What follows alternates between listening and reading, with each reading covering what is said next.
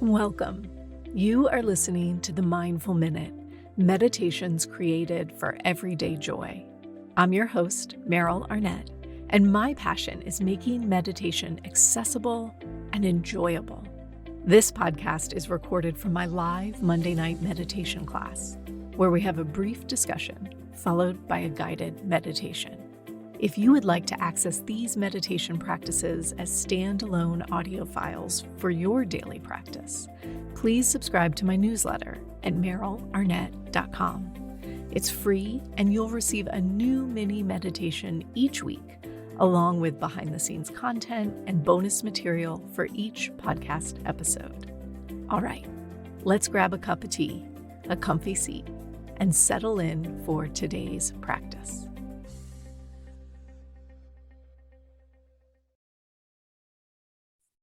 Well, hello and welcome. I already made the announcement, but I'm going to make it again for the sake of the recording and the podcast listeners. I am testing out a class outside. I'm pretty sure my podcast editor is going to yell at me about it. The sound quality might be terrible, but we're going to try it and see what happens. I'm really glad to get to sit outside where I normally practice and share that practice with y'all.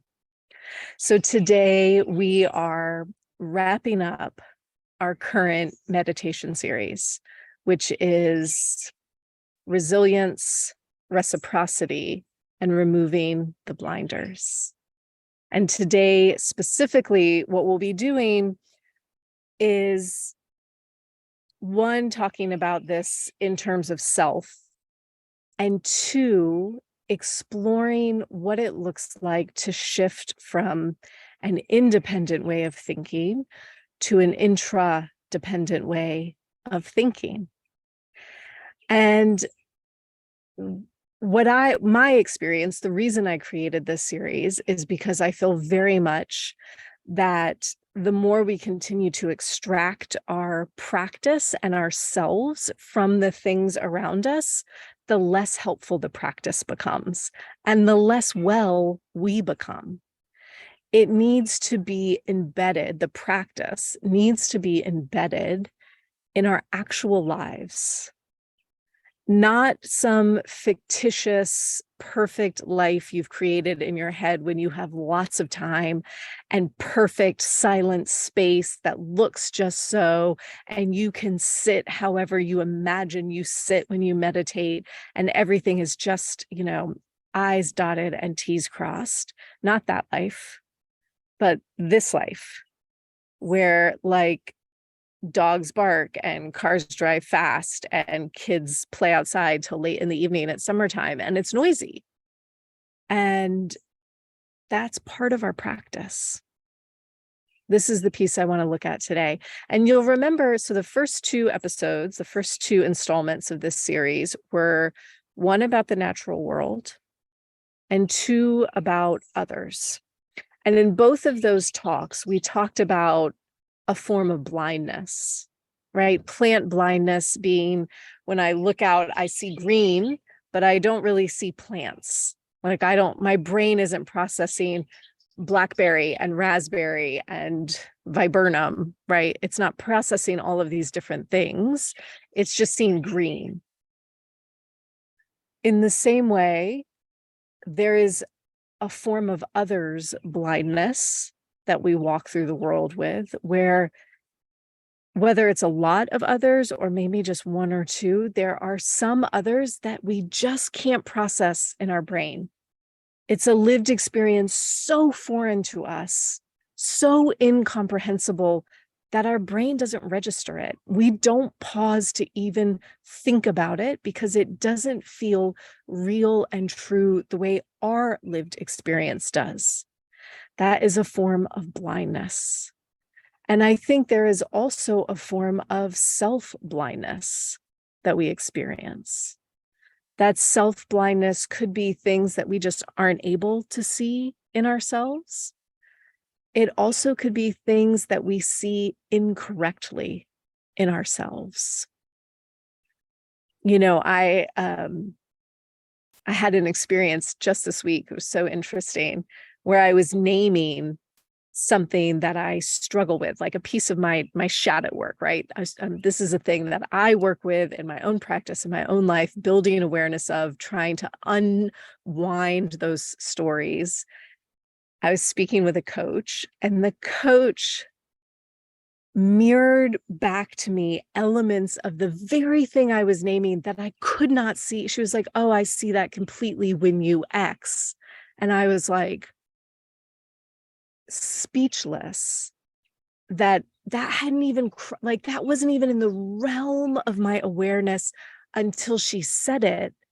And then I was like, "Oh, I totally see that." And I'm so grateful to see it. There are pieces of ourselves that we just can't see on our own. And we need a meditation practice and perhaps a brilliant coach, therapist, friend to serve as that mirror sometimes, so that we're able to start to unravel a bit of stories that have been handed to us that aren't ours, things that we told ourselves so long ago, we don't even remember that at one point that was a maybe. It just feels like a truth. Pieces that we're so uncomfortable with, we have totally disowned and forgotten, are living in the basement waiting to be discovered one day. And we sit down with a meditation practice, and we get a little bit consistent with being still and being quiet. And we cultivate the ability to non-judgmentally interact with our thoughts and our feelings. And all of a sudden, these pieces of ourselves that we, at least to date, have been blind to, we start to wake up to them. We start to awaken. And as we do this, I think undoubtedly, we're going to go through this sort of 3-step path that I've been naming in this series. We are going to experience elements of grief, elements of gratitude, and an urge for reciprocal action. Grief for what is or was, gratitude also for what is, was, and also the process of awakening itself.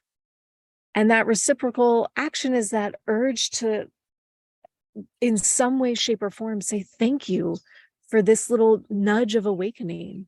I'm so grateful to see this plant, this thing about myself, this other person that I didn't take time to acknowledge their existence until this moment. And I'm so grateful for it. You know, I think this is really cool. So that the path, the 3 things, grief, gratitude, reciprocal action, nobody really taught, like, that wasn't a lesson handed to me by another teacher. That just came out of my own experiences with this practice over the last many decades. And as I have been sharing it, I have come across it multiple times in other places. And most recently, the book I'm reading right now is called Ecodharma by David Loy. And he writes about this exact path he's actually writing about, Joanna Macy. She's like a spiritual ecologist, and she is like one of the grandmothers of spiritual work in nature. And so he's writing about her work. I'm going to read this to you. Joanna Macy's work that reconnects emphasizes that our grief for what is happening to the earth is not the final collapse of our aspiration for it, but necessary for those who aspire to follow the path of spiritual engagement. Her book, Active Hope, integrates grief into a transformative spiral that starts with coming from gratitude, which enables us to honor our pain for the world, which leads to seeing with new eyes and going forth to engage with what she calls the great turning. We must feel more deeply in order to be transformed more deeply. We must feel more deeply in order to be transformed more deeply. She's writing about nature. And today I'm talking about self. And previously we've talked about others. And when we're willing to do this work of feeling more deeply, we don't get to pick and choose what we're willing to feel more of. It's just not how it works. You could pick something to start with. In this series of talks, there might be one talk that resonated with you the most. And you're like, oh yeah, self-blindness. That's a thing I want to experiment. I want to experiment with. And so you start there. You start looking a little more deeply into self or into the natural world or into your relationship with others. And when we start somewhere, we start everywhere, right? That awakening action expands outwards to encompass all of these realms. And I think that makes sense, right? Like, what is the self without the context of the world around it? What is the self without the context of others? What is the natural world without us in it? What are others without us to reflect to them? And so this brings me to wanting to end this series with this discussion of our dependent relationship, right? We have independent and dependent and interdependent, and we have intra-dependent.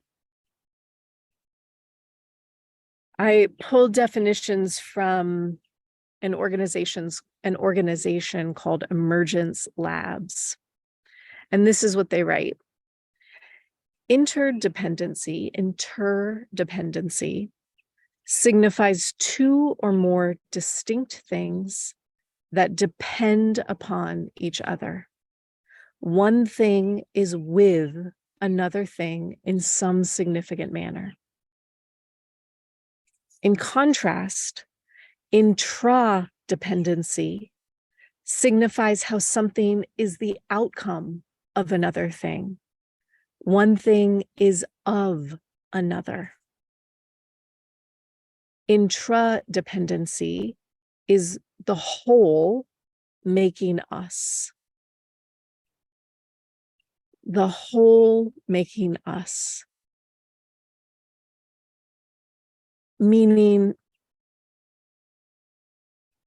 while it makes it easier to do this talk in 3 parts, each one having a very clear title, heading, and topic, the truth of the matter is they are indistinguishable from one another,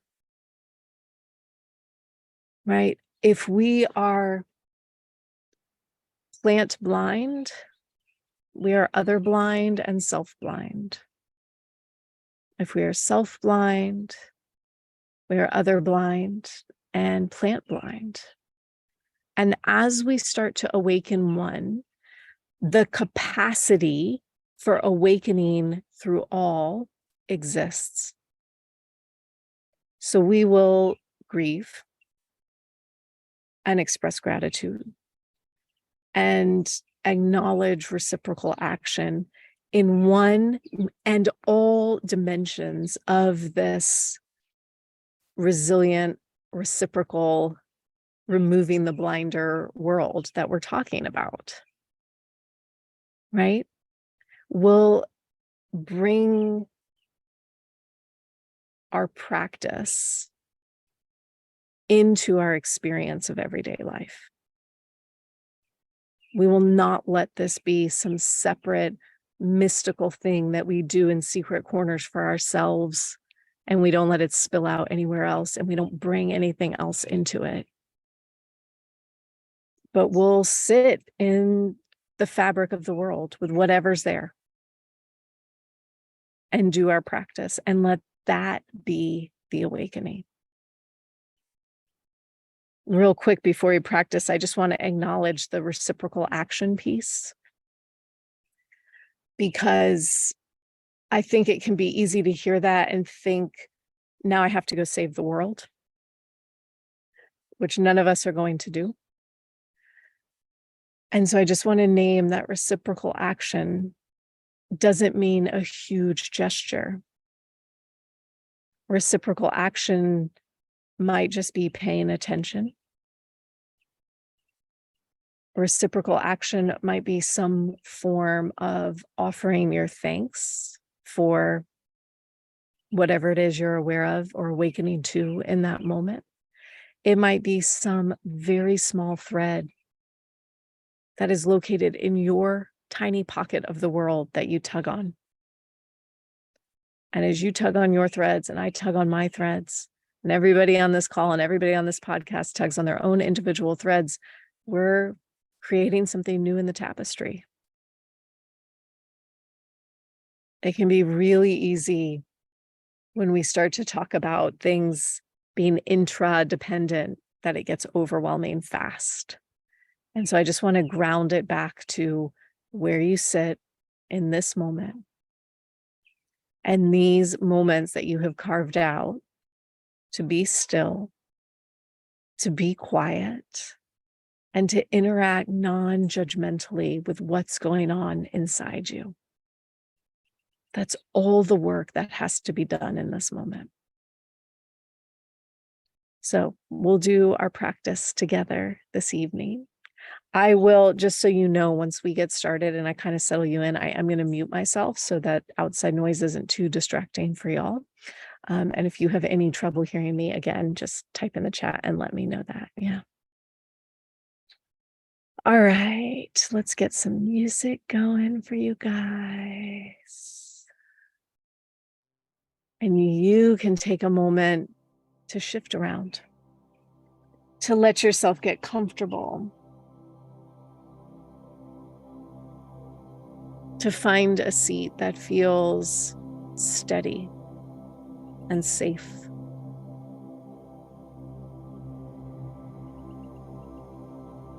You can let your hands rest on your lap.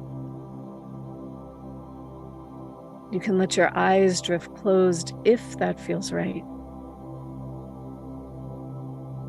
And you can take a soft gaze down towards the ground if that's better for you today.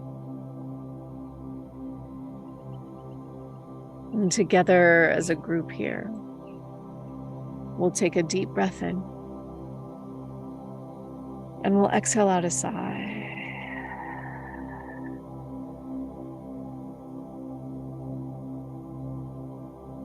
And let's just do that once more, inhaling deeply. Exhaling out a sigh.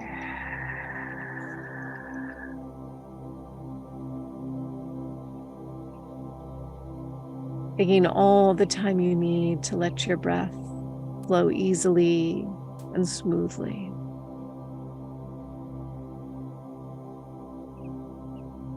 And beginning your practice by silently saying to yourself, now is my time to meditate.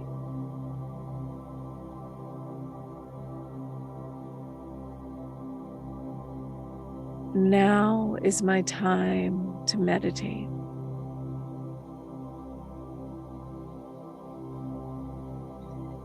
And as you say those words to yourself,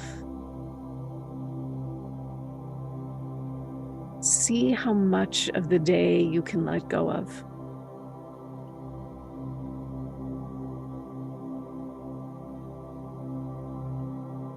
See how much of our talk you can let go of.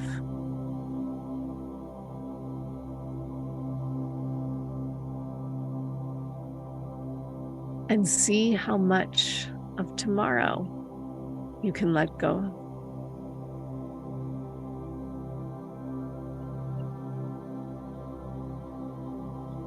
of. So that to the best of your ability, you are able to sit down fully and completely in this moment. It doesn't have to be a perfect moment.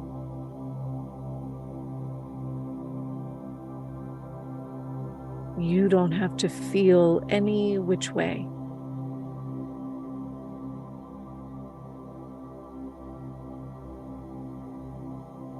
You get to just be here.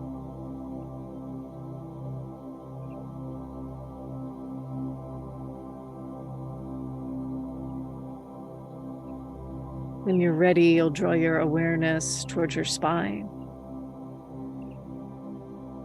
inviting yourself to feel tall and awake as we practice.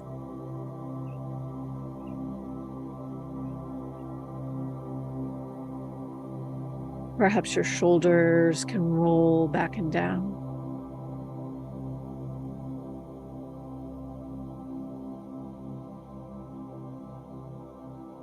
Perhaps the crown of the head can lift a bit.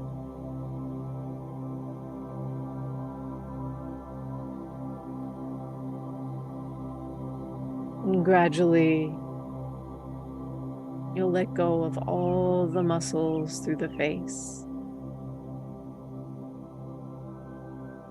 softening across your forehead,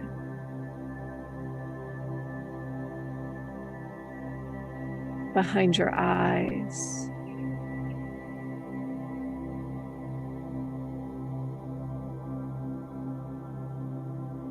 along your jaw and in between your ears.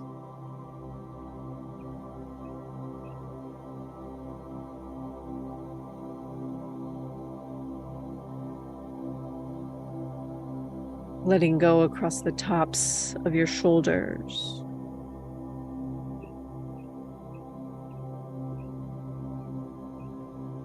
And down through the center of your chest.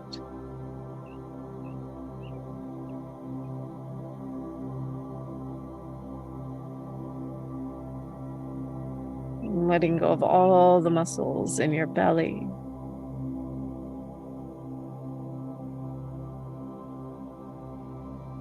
And your hips. Your thighs. Your calves and your feet.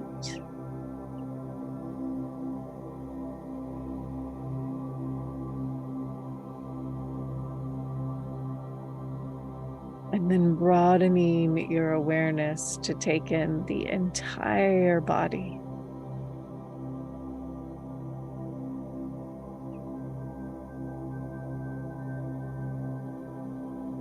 Feeling your body breathe.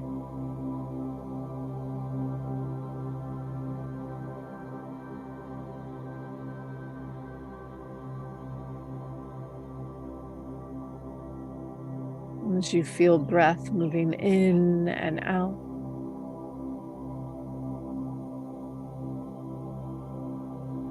Imagine drawing all of your senses inward.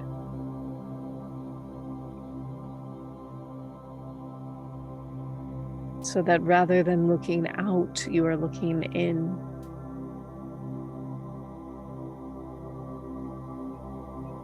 Rather than listening out there, you are listening inside.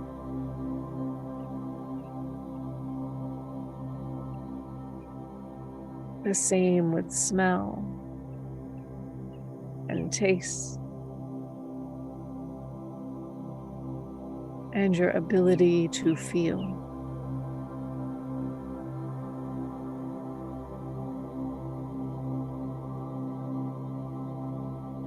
Drawing all of your senses inward.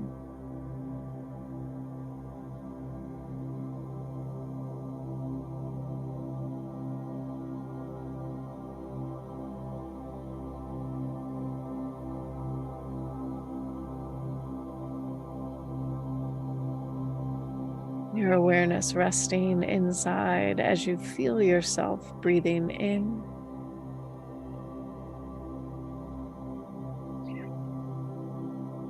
And breathing out.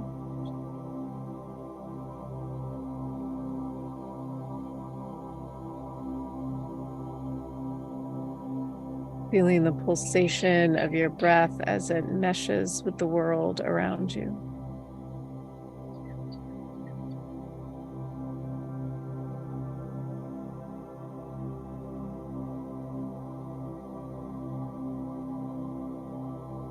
As we settle ourselves towards a period of silence.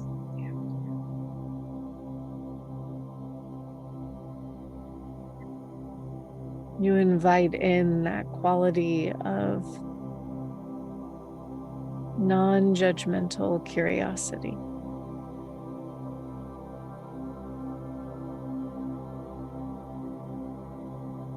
Noticing what shows up.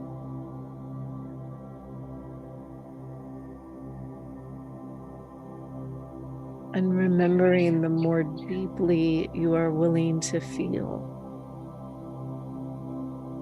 the more deeply you will transform.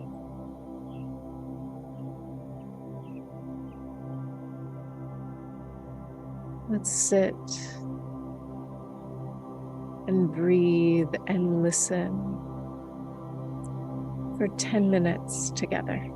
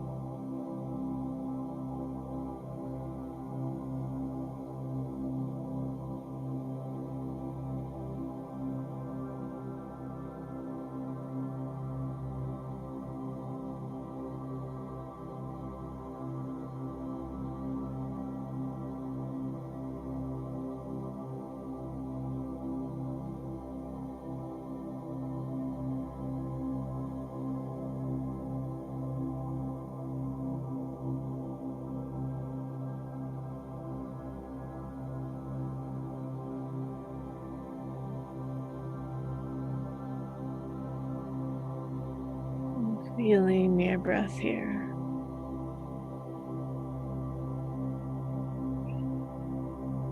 Noticing the thoughts and feelings moving through your body.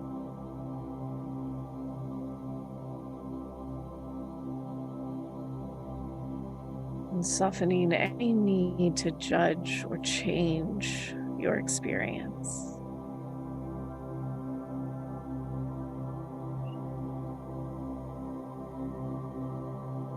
Letting your breath move more deeply, you might wiggle fingers and toes.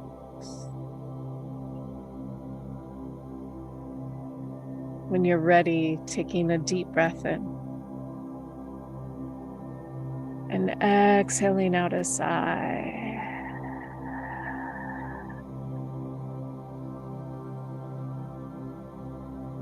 Taking all the time you need to let go of your practice, to blink your eyes open, to move your body if you need. As we wrap this series up, our experience of this enmeshed world of nature and other and self, this world will break our hearts, burst our hearts with both its beauty and its cruelty. And our job as practitioners is not to resolve that paradox. It is to be able to sit in the center of that paradox with resilience and reciprocity. Thank you guys so much for your time and attention tonight. I'm so glad to sit with you all, and I look forward to seeing you again next week.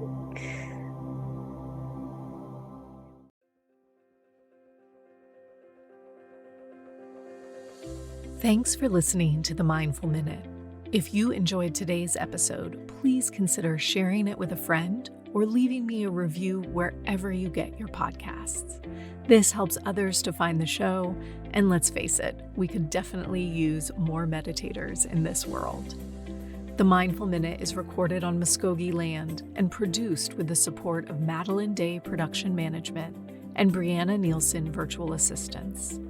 To join my live classes, ask questions, or learn more about my teacher trainings, please visit merylarnett.com.